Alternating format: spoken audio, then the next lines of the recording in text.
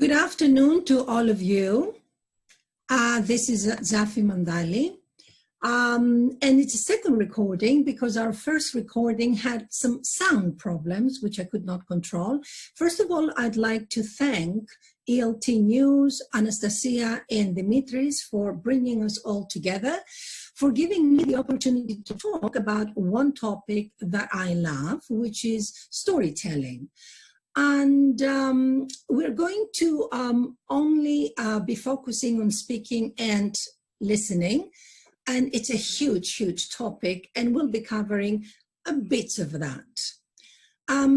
Today, you'll be mostly hearing about rhymes, storified drilling, and fractured stories, and you'll learn about them. Because, my dear friends, we are stories, and stories define us, shape us, control us, and make us. And we are basically stories. I'm going to start with my educational storytelling story. It's been like at least 10 years now that we have adopted the storytelling project at our school. And the reason that I gave rise to the need for this project is because I believe that we spend a lot of time on education, and education should leave us with experiences. I also believe that education should be characterized with student participation, and that education is social and emotional learning. It should be a holistic approach. Now, speaking, about which we will be talking, is a complex skill, and that needs to be taught. So the practices I will be sharing with you today do not come from any conventional prescribed curriculum. It's mostly what has worked for me and my students and given me good results, and I'm sharing them with you. So today's agenda is going to showcase ways to involve students during your and any storytelling, the techniques that are required for participatory storytelling, because this is it. I'll be asking you to get students to participate in the storytelling. The type of students to which, of stories to which students relate. And I will be also saying why storytelling matters in early and beware mature stages of learning. Need I say that the oldest language teaching technique is storytelling, and that all the religious texts pass their messages through stories, not bullet points? I don't think so. I'm going to start with the story of the king and the three sons. So there was this king who had three sons whom he loved, and one day he called them and asked them how much they loved him. And the oldest one said that he loved his father as much as all the gold and treasure in the world, and that pleased the king.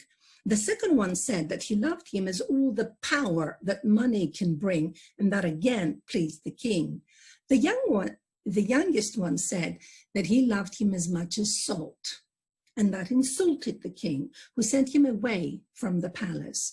And the third youngest son wandered for years and worked really hard, and because he was such a hard-working and clever boy, he managed to work his way up in the neighboring country, and finally he became the ruler of that country. And the day he had been planning for all these years came, the day where he had organized a feast to which he had invited the most important people of his country and the neighboring country, and of course his father. And so the day had come, and all the esteemed guests arrived and sat at the long royal table with the delicious looking food. And the old king was seated in the central position, the most prominent of all, and glasses were raised, and wishes were exchanged, and they started eating. And the old king took a few bites and then put his fork down and complained that the food was not tasty, it was not delicious, it was unsalted. Because yes, That was the order that his host had given to the cook, that he would not use salt. And the others did not complain, but the old man sat sullen looking, and he was approached by his host, his son, who looked at him deep in the eyes and asked, "Father, what is wrong with your food just because it has no salt in it? Remember, years ago, when you asked me how much I loved you, and I said that I loved you as much as salt, and that did not please you then. Is salt so much important to you now?" And of course, the old king's eyes streamed with tears because he had recognized his son and because he had never really forgotten him, but he was too proud to go and correct his mistake. And the son had never really wanted to be bitter with his father. He wanted to be reunited. And so they hugged and they were reunited and they lived happily ever after. And the reason why I'm sharing this story with you is to tell you that, in my opinion, introducing storytelling bits in our story is the salt and spice of our lesson. So am I suggesting that we break away from the traditional focus of teaching rules and structures and just subject matter? No, I wouldn't dare to. But I think that small doses of storytelling in our technology-driven class reality and opportunities for kids to talk is really invaluable. Because you know what? Stories are a battery of topics for ELT. They provide wonderful context and they win hearts over. And in education, you need to win hearts. And if you do that, you win learning. So in your pre-junior classes, start with rhymes and Storified drilling because they are a stepping stone to storytelling. So hand out rhymes illustrated with pictures and model them in class so that they know what they are expected to do. And then ask them to read them all, choose the ones they're going to learn. And for those ones they're going to learn, ask students to draw pictures, to use realia and materials to represent the central idea of the rhymes they'll be telling and remind them. And so on the rhyme presentation day, students act out the rhymes of their choice, alone or in groups. And I'm going to show a very short video of a girl who just amazed me. Of course, she's exceptional, and I'm not suggesting anybody's like that. I mean, but you need to see, I've cut this video. I'm going to run it very quickly for you to see the realia that they bring along and how they improvise.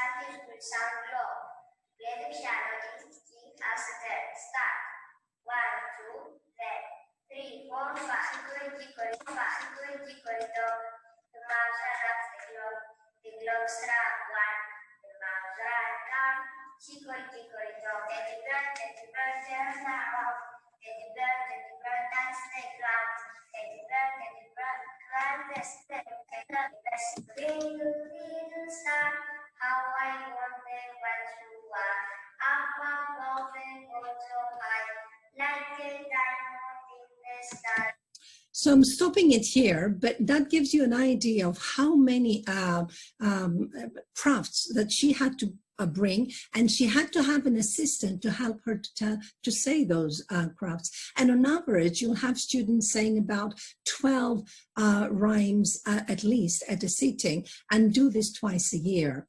Now, if we look at the rhyme patterns, for me to explain that, I'm going to start doing the 5 little monkeys jumping on the bed. For those who do not know it, we have 5 little monkeys jumping on the bed. One fell off and bumped his head. Mommy called the doctor, and the doctor said, "No more monkeys jumping on the bed." 4 little monkeys jumping on the bed. One fell off and bumped his head. Mommy called the doctor, and the doctor said, "No more monkeys jumping on the bed." 3 little monkeys jumping on the bed. One fell off, and they finally all fall off. But if you look at the pattern of this rhyme, you will see that it is like a chant, it is rhythmic, it is predictable, it's repeated. And so the basic structures and patterns of language are acquired. And of course, this activity uses a lot and needs a lot of improvisational skills. And this shared telling, where everybody's saying in front of everybody else, binds the group, and it is an experience that they remember. And of course, anytime I talk about language ownership and the love of language that is fostered, I think that is obvious. Now, you're going to see me doing what I call interactive storytelling with 3rd graders. They had 3 months of official English. They had no idea what they would be watching, but I did not need to worry, because I had planned to illustrate what I was going to do. Please watch, and you'll understand the process. Hungry caterpillar. I need you to repeat. The very hungry caterpillar. The very hungry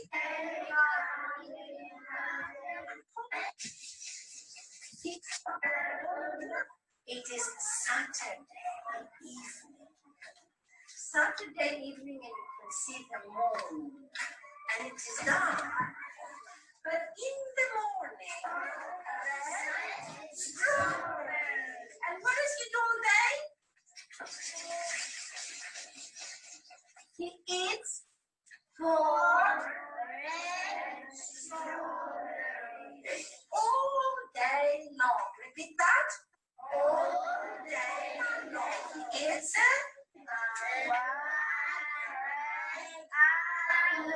always a leaf.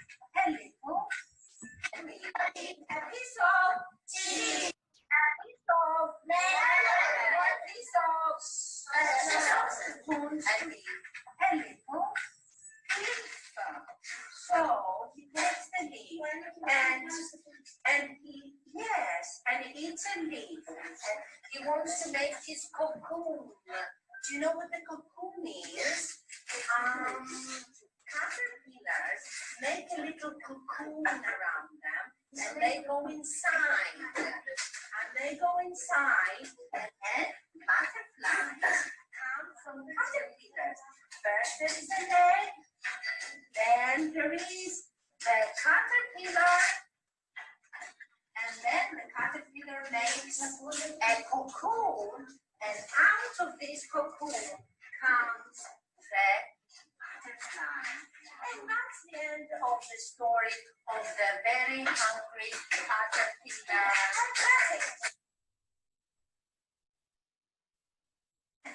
And she lives in a farm. Now, in the farm, there are many animals. Let's see what we can see on this farm. You can see field. Can you see the field? This is the grass in the field. She wants to go there and plant the corn. So she gets the corn, and on the way, she meets her friend, the piggy, and says, "Yoo-hoo, my friend, the piggy. And how are you today? Can you please help me? Can you please plant corn.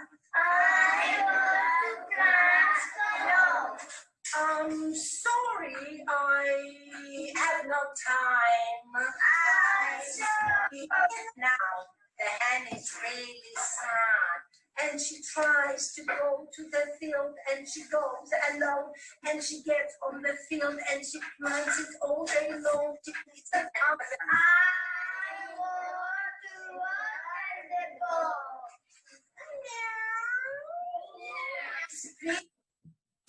Okay, again, I've been rushing, but you get the idea.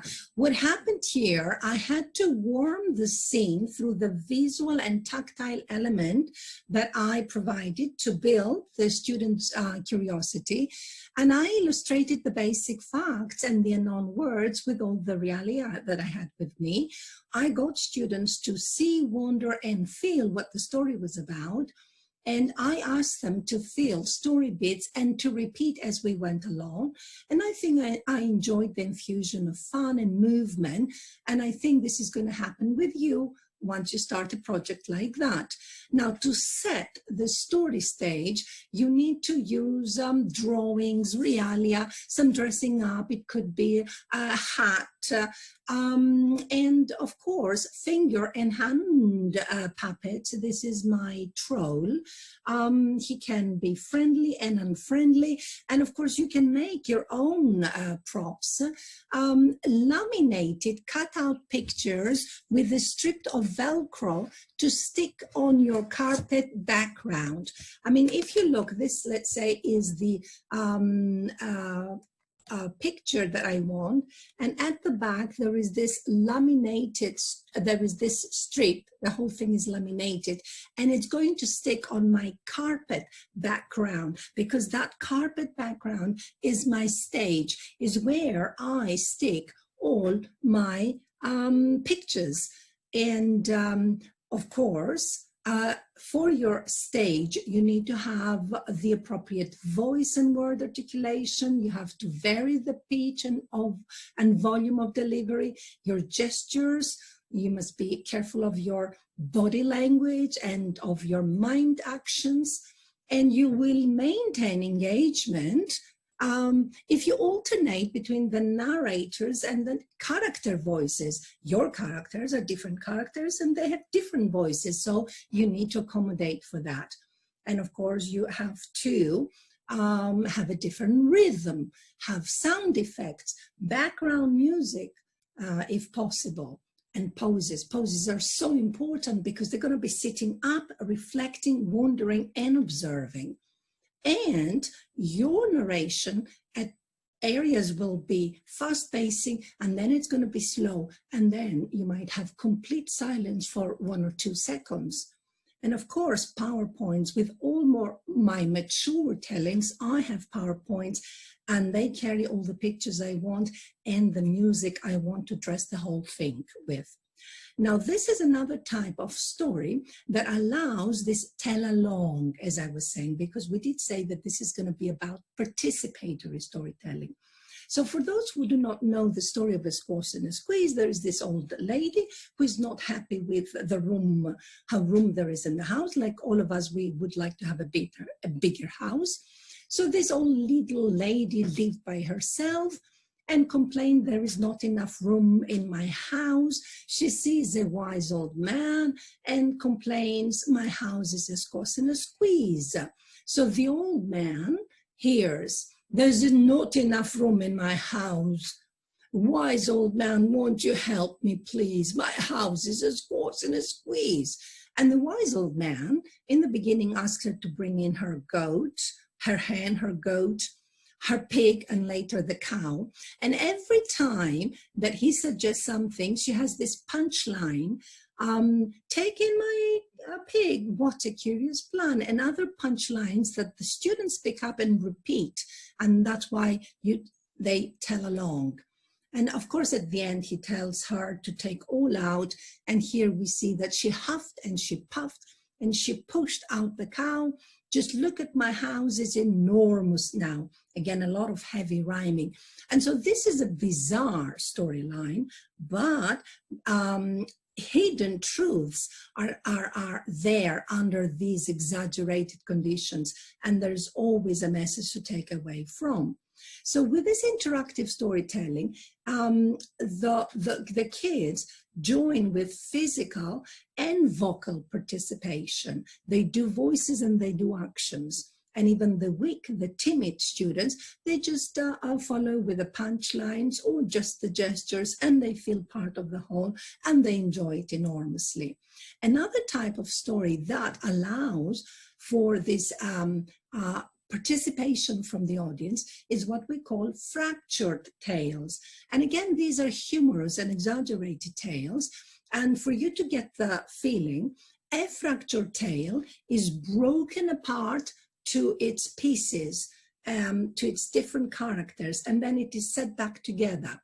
So the listener is forced to hear and look at the story from each angle, from each character, before the story is put back together.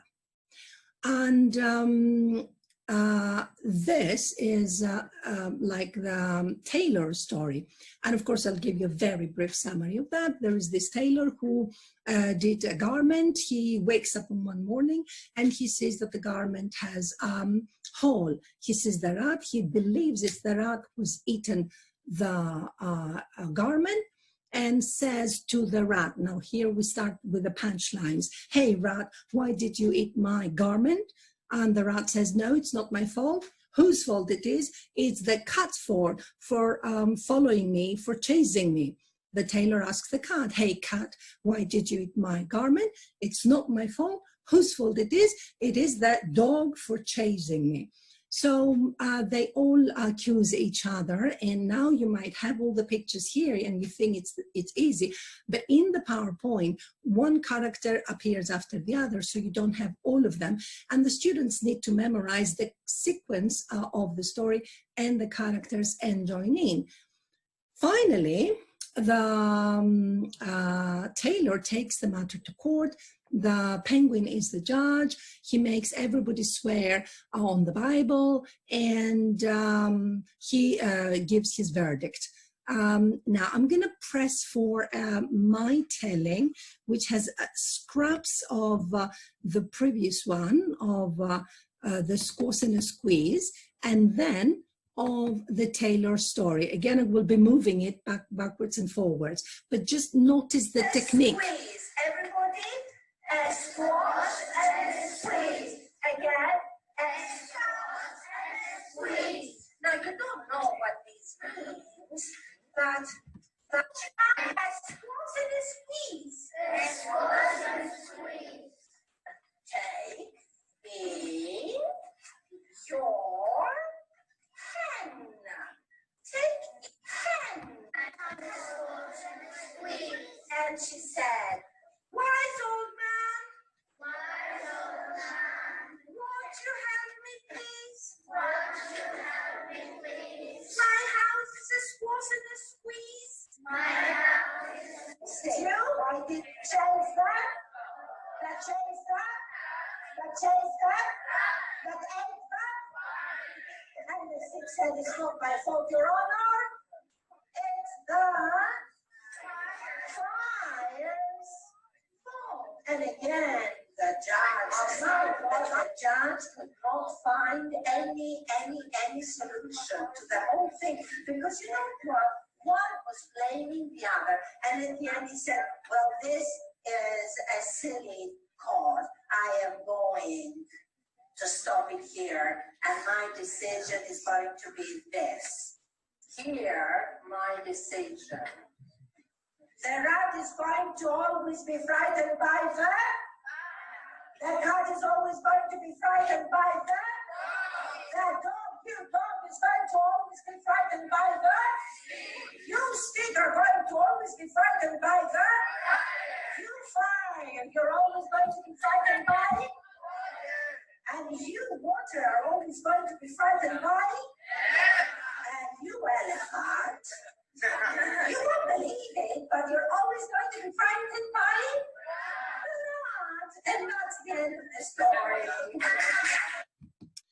Okay, what a pity you're not here, because we would be we were not together, because I would be getting you to do storytelling with me. So, which stories rock the house? Well, I think any story that rocks you is going to rock them as well, because it depends on you.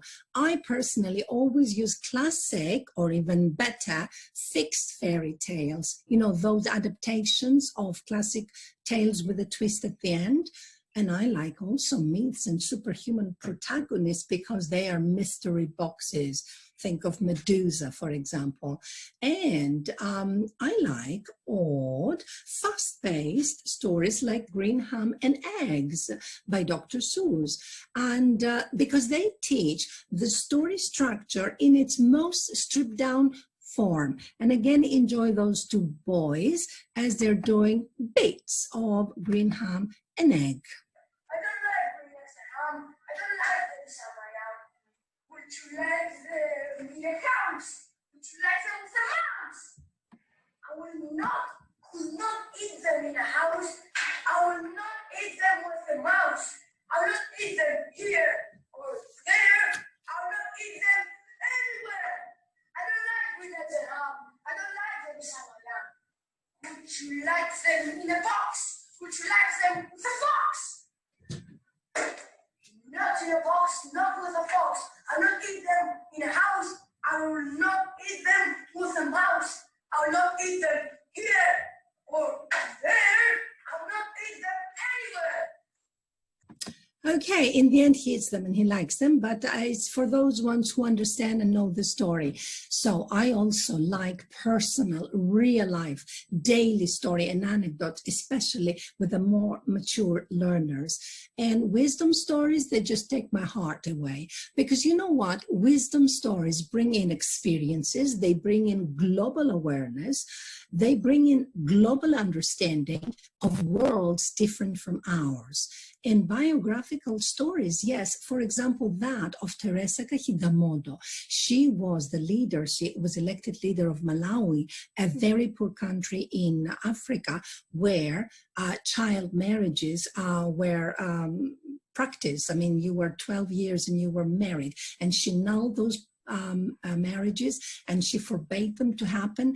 And there are so many worthy people from the art world, from history, that have done wonderful things. And if someone comes and tells their story, it's fantastic engagement for your students, and it's holistic improvement of your kids and for more mature storytellers. Now, how do we involve kids? I think I've already said, but give them guided visualization of the scene before you start. Give them audience participation. You always get them to do something. You're not the one who's only talking. Give poses for them to predict, for them to repeat, for them to fill in story bits, and give them character roles to enact there, and then with easy things, of course, and opportunities for them to join in with voices and make sound effects. And how do we involve in speaking? Well, what if we opened, we gave open-ended questions to which they had to respond? For example, what would happen if Red Riding Hood knew karate skills? Give them ideas, ask them to give advice, to advise Cinderella not to be so obedient to her stepmother. Get them to express feelings and thoughts on the story messages, because all stories do carry a message. And the most important and difficult is to get them to make different choices, to alter the course of the story, to give it not only a different ending, but a different course, and to change it completely. And to relate events of the story to their own experiences. And to choose which of the things they learned would go into their suitcases, which they would carry with them for a long time to come. Those messages, those words, those chunks that they will remember for a long time to come. And ask them to retell, like we do, and to act out their own version, and then upload their work with, of course, parents' permission on the school, on your school YouTube channel. Like we have storytelling at Elno Germanikia, where I upload all the work of our student.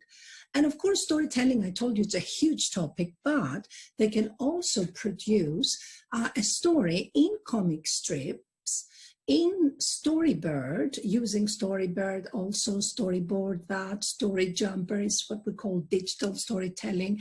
And this was produced by a teacher of mine, Irene Ignacio. She gave a project to the whole class, and I'm just giving you one to see. And this is another submitted by Mrs. Apostolaki. The kids heard the story about a king, and they had to write on what the most important qualities of the king are, and everybody wrote something, and then during WebEx or Blackboard, we had Blackboard, they can take the microphone, take the camera, and they present, because then we get them speaking as well. So we come to where we should be ending, to the storytelling by students for students, because you see, that is the whole point, to at some point get your students to be on the producing end, to be language users, narrators, actors, performers. And you know, telling in groups improves their collaboration, because they team up and they decide which role they'll be doing. And their originality is improved. Their interpersonal tools are improved. And there is social and emotional learning at work. And I mean, these are 21st century competencies. It's not just only being on the academic area. And timing, my problem, I can never be on time, but they have to learn about timing. And improvisational and presentational skills are so important, and they are improved. Do I need to talk about intonation, facial expression, vocal variety, body language, gesture? I'll give you a headache. It's a long list.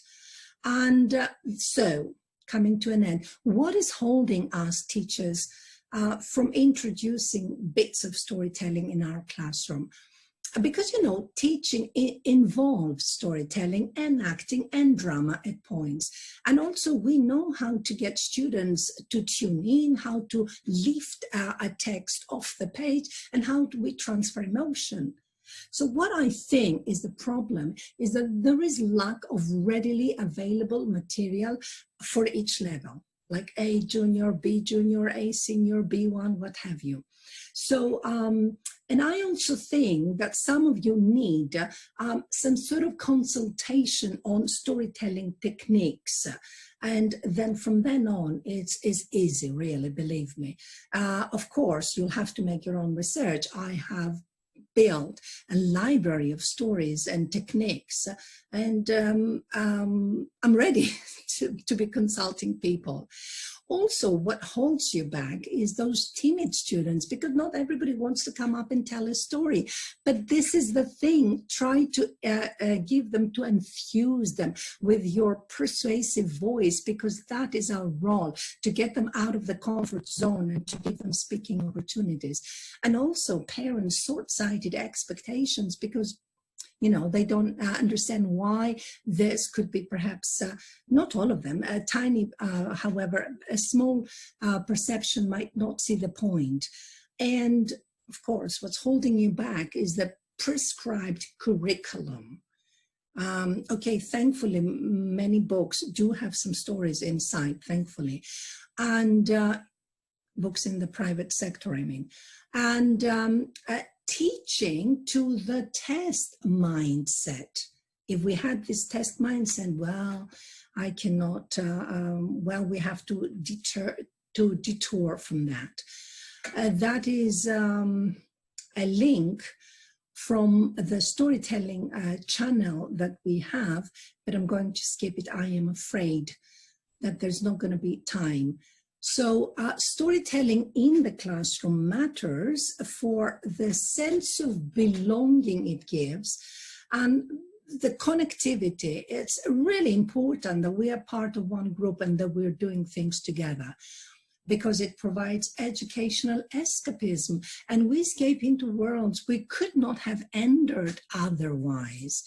And also, storytelling trains us to see the story behind every word, every text, every paragraph, every sentence, and which is really important to be able to see, especially in the older levels, that where you have a text and you don't understand the paragraph, but then if you try to understand the context, you are getting to where it all goes. And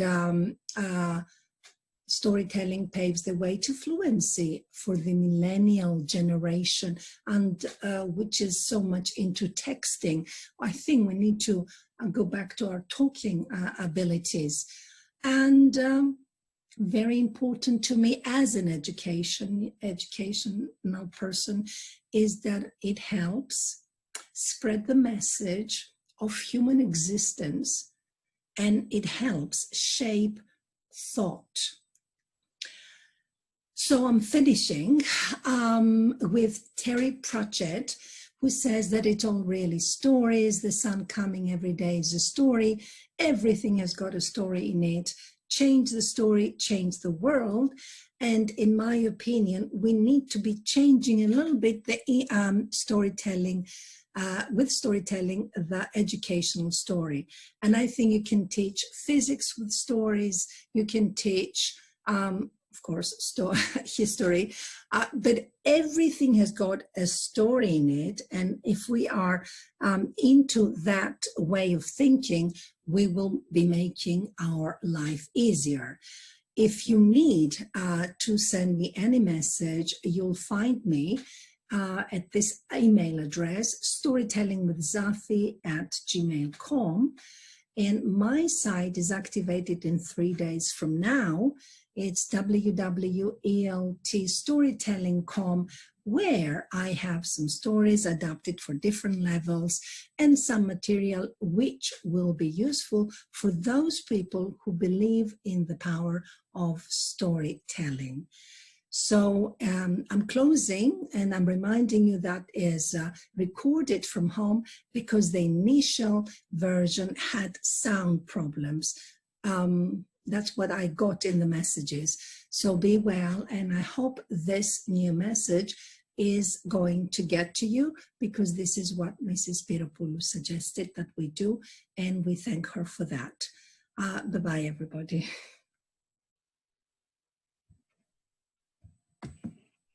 Oh, I should have, sorry for that.